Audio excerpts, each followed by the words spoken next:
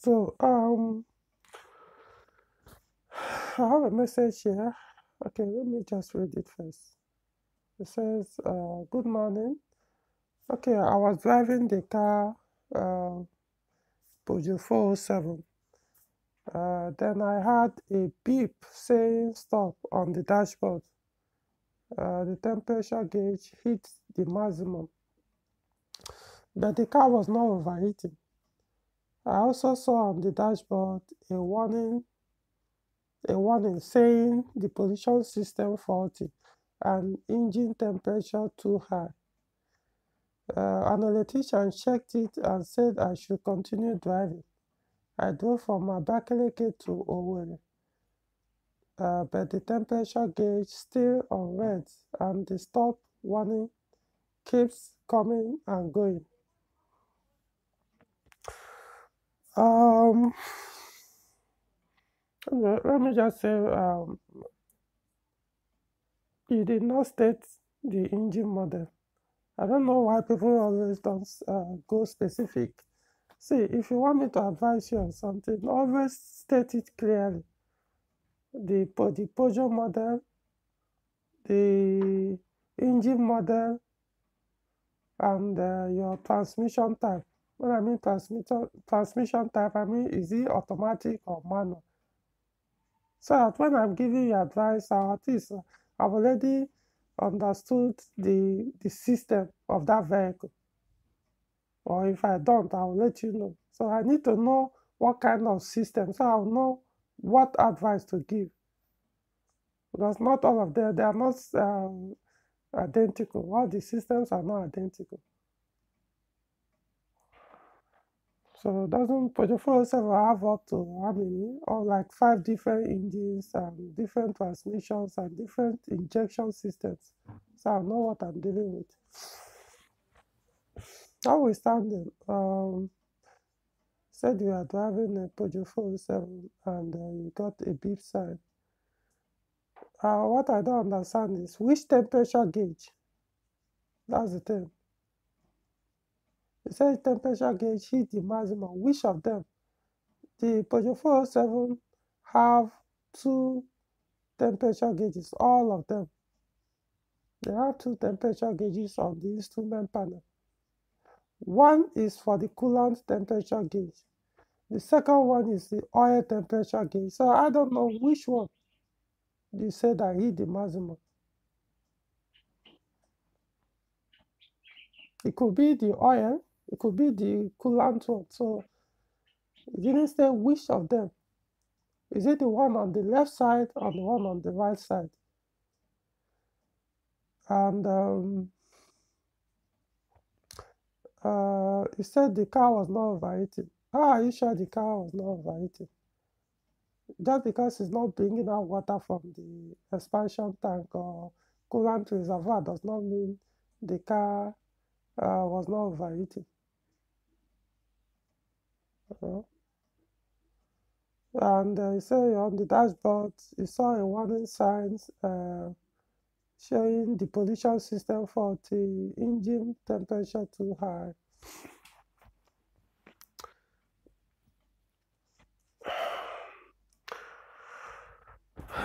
Now,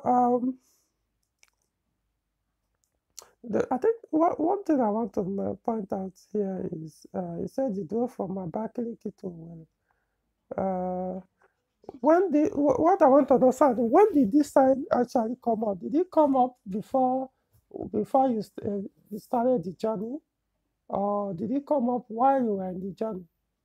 Because if this fault came up before you started this journey and you did the journey, that's a very bad thing to do. If you ask me, I would say it's an abuse of the vehicle. It's a very bad one. Because for you to get this kind of warning and you still embark on a journey, hoping that nothing will happen because one electrician who probably don't even understand the system told you to continue take the journey when your vehicle is warning you that something is wrong with the engine and telling you to stop. And he didn't tell you the exact, because from what he said there, he didn't tell you what was causing it. He just said you should continue. without telling you the cause. Whether, because it's when you know the cause of this warning that you know is okay, is it safe to do the journey or not, based on the cause of that issue. It's a different thing if this issue came up while you're already in the journey, and maybe you look for a teacher there and the teacher couldn't find the phone. Now it will make sense, logical sense, to risk it because you have no option now anymore. So it means even if you eventually damage the engine or damage something else in the vehicle, there's nothing you could do about it because you have to. It means you have two options: either you tow the vehicle, which will cost very high, or you risk driving the car like that, even if you eventually damage something in that engine or in the vehicle, is a risk you may be willing to take. It will make sense, like I said, if it was already while you were in the journey that this issue came up. But if the issue came up while you are still inside town, you've not embarked on the journey, and you took off with this issue, then that is very bad. It means you don't even have any value to that attached to that car. If it's your car, then I will tell you, if you continue using this Peugeot 407 with this kind of mindset, this car will not last for you. Trust me.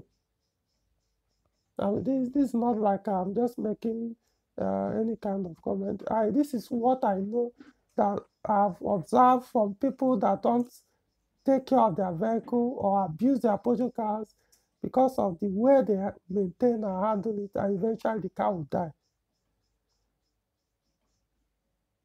But if this car is not yours and you are using somebody's car and you did it with this car, it means, honestly, you don't even value that person. I'm just being straight with you. It means you don't value the person. And if I were the owner of this car and I got to know about this thing, I will never let you touch that car ever, ever. See, I don't sweeten to words to make. I just go straight. But if this issue came up while you're already in the journey, yes, it makes sense to risk it and continue using it that way until you get to your destination. Even though in my own case, of course, I must find what the issue is. But not everybody is that technical. So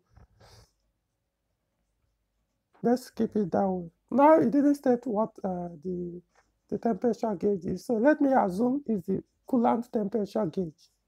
The coolant temperature gauge is the one on the left side of Peugeot 407, left side of the instrument panel or instrument cluster, while the oil temperature gauge is the one on the right side of instrument panel of Peugeot 407.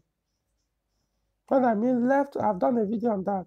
It means when you sit on the driver's seat and you are facing the dashboard, wherever your right arm or your left arm, your right hand or your left hand, whatever it is, that is your right.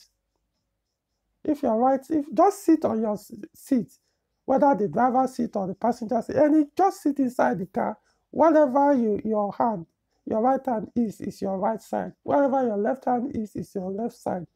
So from there, you can tell which of the temperature gauges I'm talking about. The two temperature gauges are on the far or the extreme of each of those instrument panels.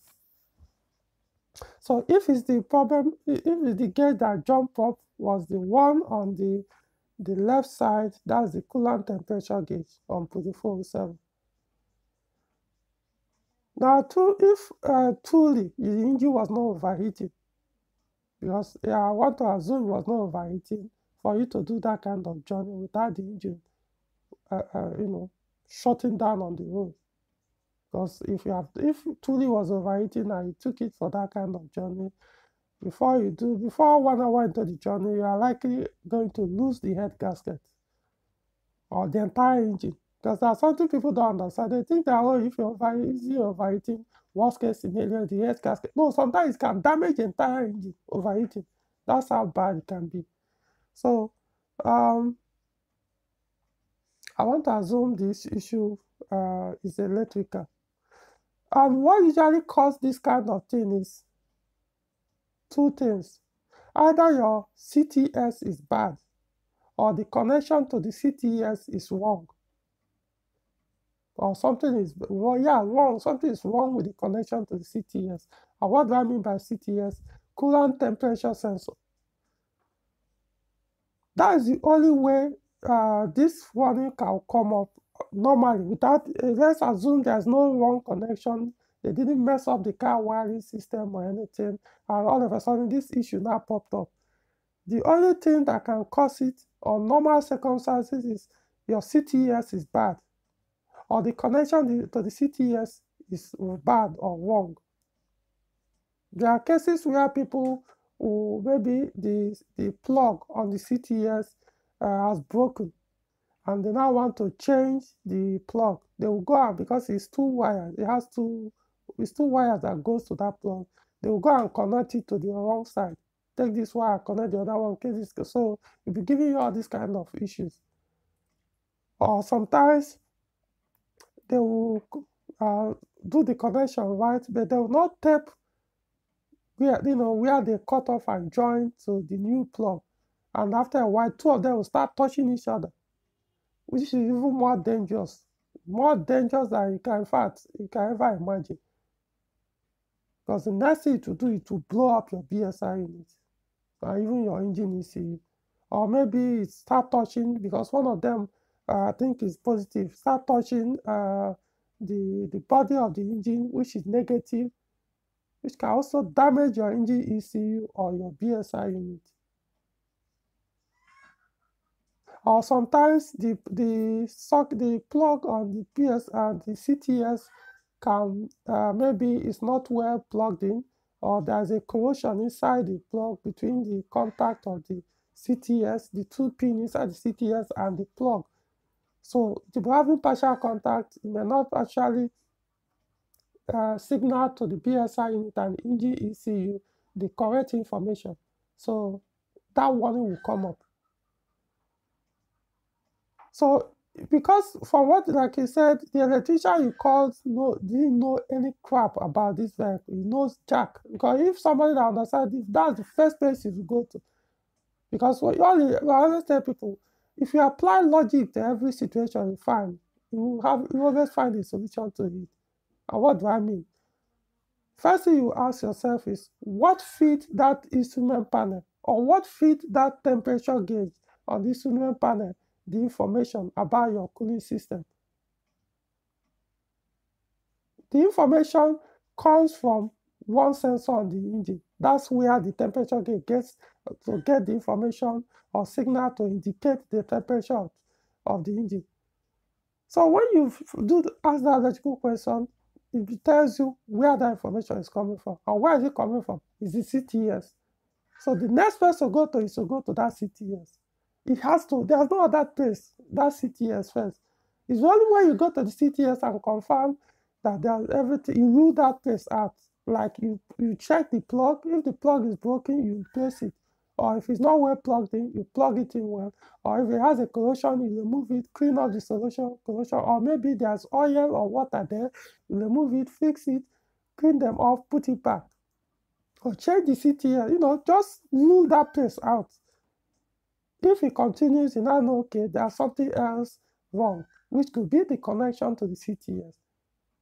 In that case, you now start for checking the wires to make sure that the wire is not touching anywhere.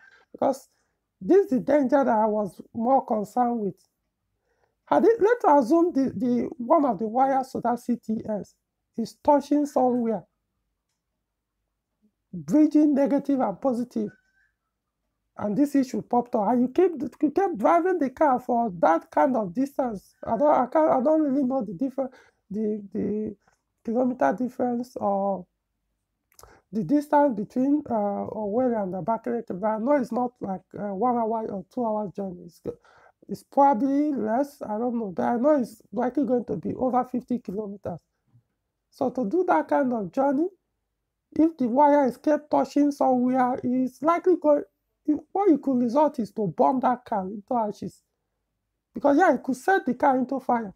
That's the worst case scenario. Or you could burn your BSI unit. BSI unit costs about 50,000 for that 407. In fact, there are some that even cost higher depending on model. So that's why I said if that issue was there before you set up into the journey, then honestly, that was not a very bad thing to do, since you didn't even know the cost. But if it was already in the journey that started, then it makes sense to either tow the vehicle or continue that way, since you have no option.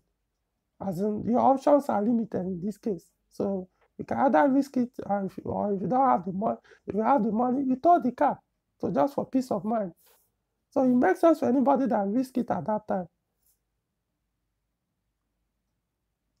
It's even better. See, it's even better that the car actually was overheating. Worst case scenario, you lose the engine. But since this particular issue is electric car, if you keep using it that way, you stand the chance of losing the entire vehicle. Go to the highway, you see cars, all of a sudden they will park on the roadside, burn to ashes. What do you think that causes it?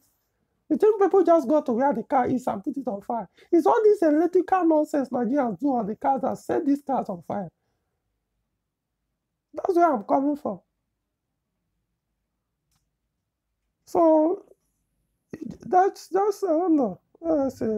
People really, well, I don't know the situation, like I said, whether it was on the journey or it started because what I don't care the reason, even if there's something urgent that I must travel, as long as the vehicle is showing that there's a danger, that something is very wrong with that car, whatever the reason that is at the other end that I must go to can wait.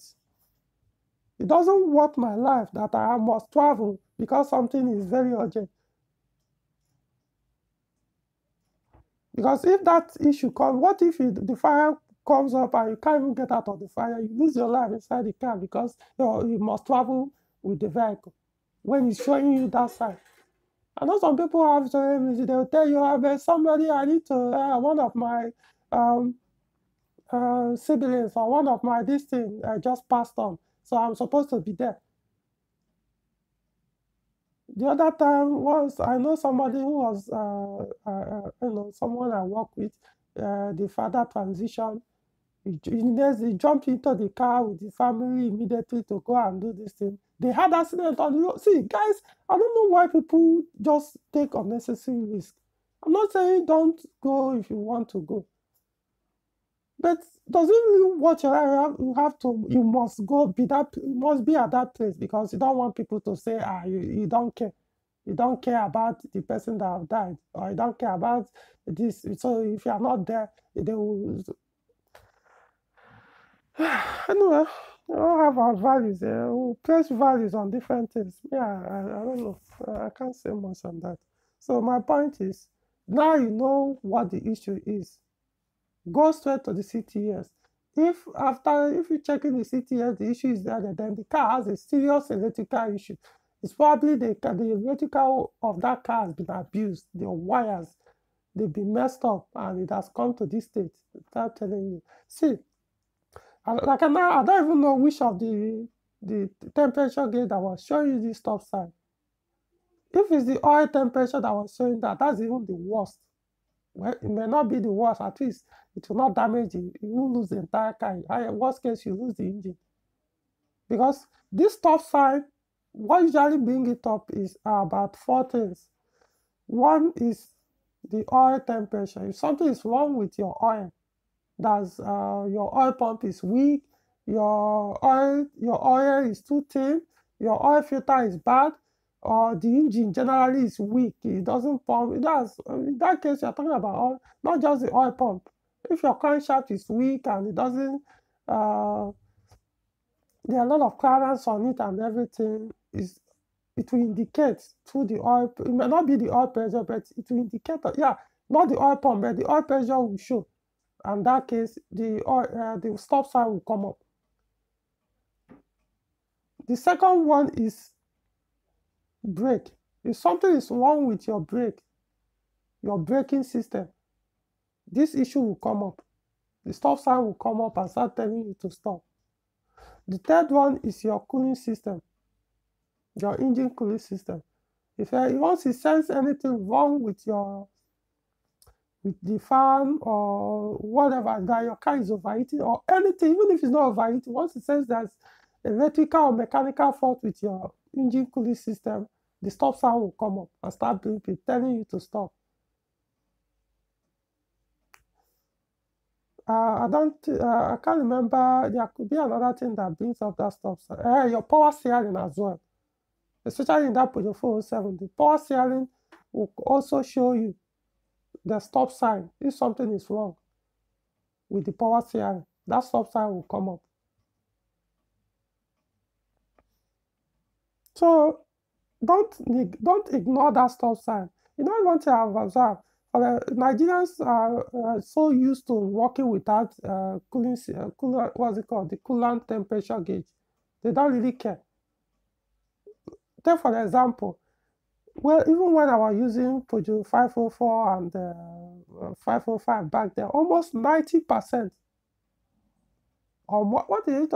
Also even 95 or 97% of Peugeot 544 and the 505 back then in Nigeria, even up till now, none of their temperature gauges are working. I mean the coolant temperature gauge, none of them. Not because they didn't come with it, they were working at some point, but you find out that when you open the engine bay, they've already disconnected the temperature switch. Sometimes they will cut off the wire, they won't connect it back, or if the temperature switch fails, instead of them to replace it, they will just leave it there without even bothering. So people drive car, all they care is if the car start overheats and damage the gasket, they change it. Who cares? So these modern ones, because those older ones don't have any warning. So whether you connect the temperature gauge or not, it will not warn you.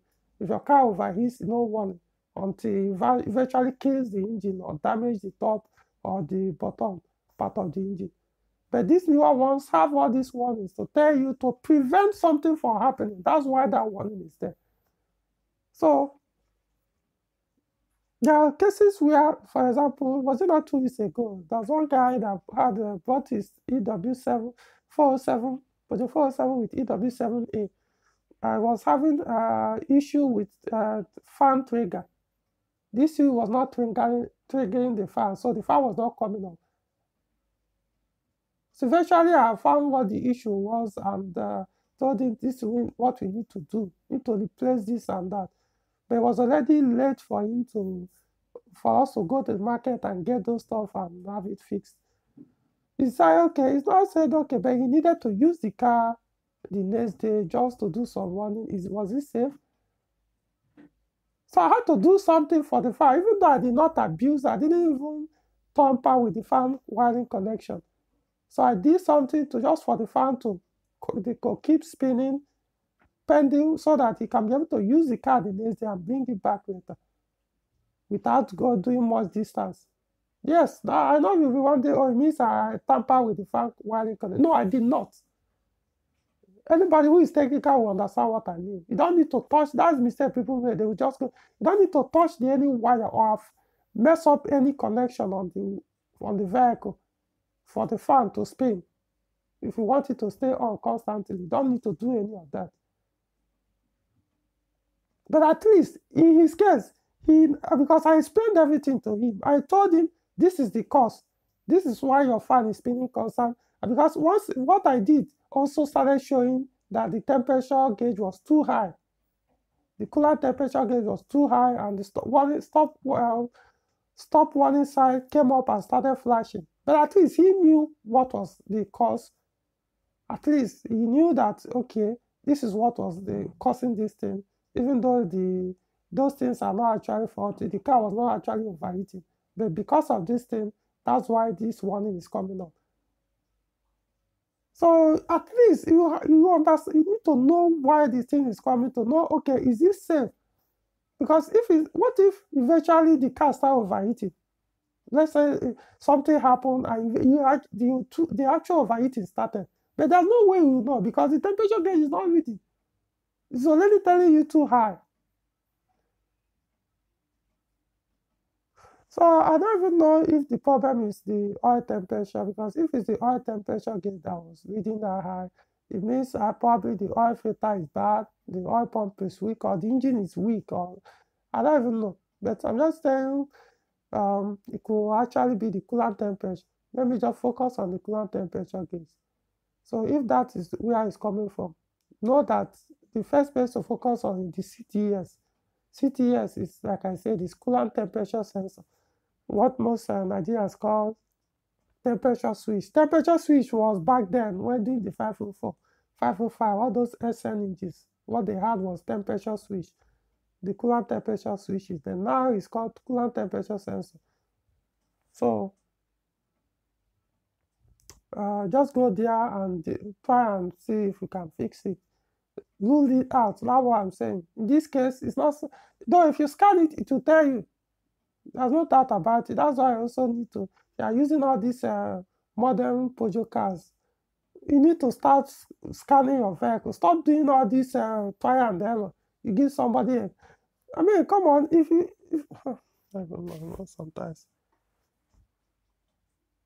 You need to learn to start. If you can't afford to be giving experts cars to scan for you, then buy your own scanner. It's not like you cannot do it. You can. Everybody have it. Even there are some simple scan tools that are very, very cheap.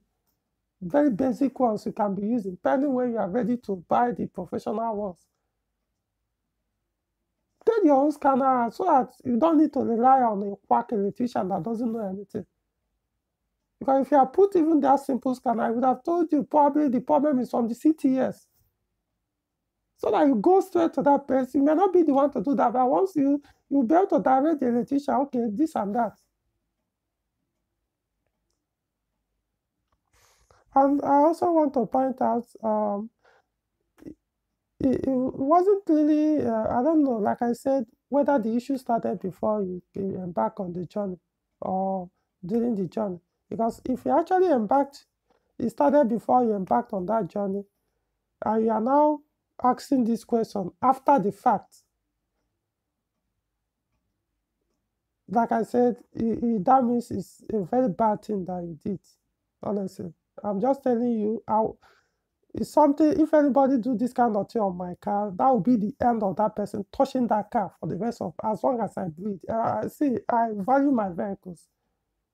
And I wouldn't appreciate anybody that will come and you mess it up for me. If anybody wants to mess his own car, let him go and do it. That is his own problem. If you have to, or you are having headache with your car, you are the one having the headache, not me. So my point is, if it's in the journey, it makes sense.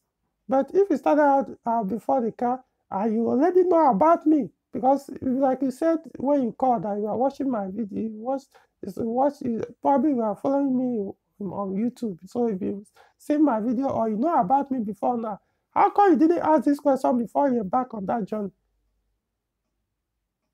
You only contacted after you've already done the journey. So if let whatever will happen until you get there. When you get there, you now find out, okay, did I damage anything? What will I do? Come on. Anything you value, you know, anyway, like I said, it's all about values. You know, what you value, you don't need to explain. It's just like something you care about. Nobody will tell you what to do. If I care about something and somebody tells me, oh, continue to drive, even though that thing is giving me warning that is going to, something is wrong with it, and if I keep using it, that something terrible might happen to that thing. I don't care about what the other person was telling me. I will rather pack that thing or leave it till when I'm ready for it, I'll fix it, because you care about that thing. But when you don't care about it, you don't have no value, you don't give a damn about that thing. You don't care. If it dies, let it die. That's the thing. So that's my point. You don't need, why, if it was before the journey, why do you have to wait until you've already completed the journey before you now ask? Something that if you have asked before you even went on that journey, I would have told you this is what go straight to this place, and you fix it before you even went on the journey. And you may end up not replacing or spending a kobo. You may not spend a kobo, or even if you spend, it will just be very little amount to fix the problem. Because now, if the wire, let's assume there's a naked wire somewhere on one of those two wires that connects to the CTS, and it was touching somewhere. It's possible it has done some damage or burn something else that even if you fix it, the issue will not go away. Or maybe not, you are not damaged anything.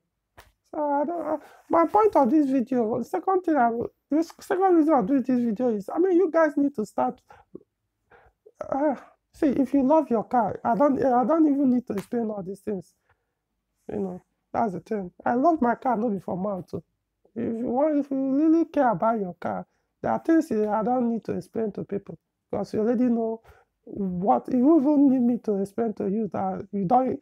You wouldn't. So now even you should even if you travel with the vehicle. Once you start showing this kind of sign, it's not just about the car. Even me personally, I also value myself because knowing that this car can stand me on the road with this kind of warning, and I may end up sleeping in the jungle of nowhere, or anything can happen to me on that road. So I value myself and my car as well. So it all depends on individuals anyway. But unless maybe this issue has started before while you're already in the journey, well,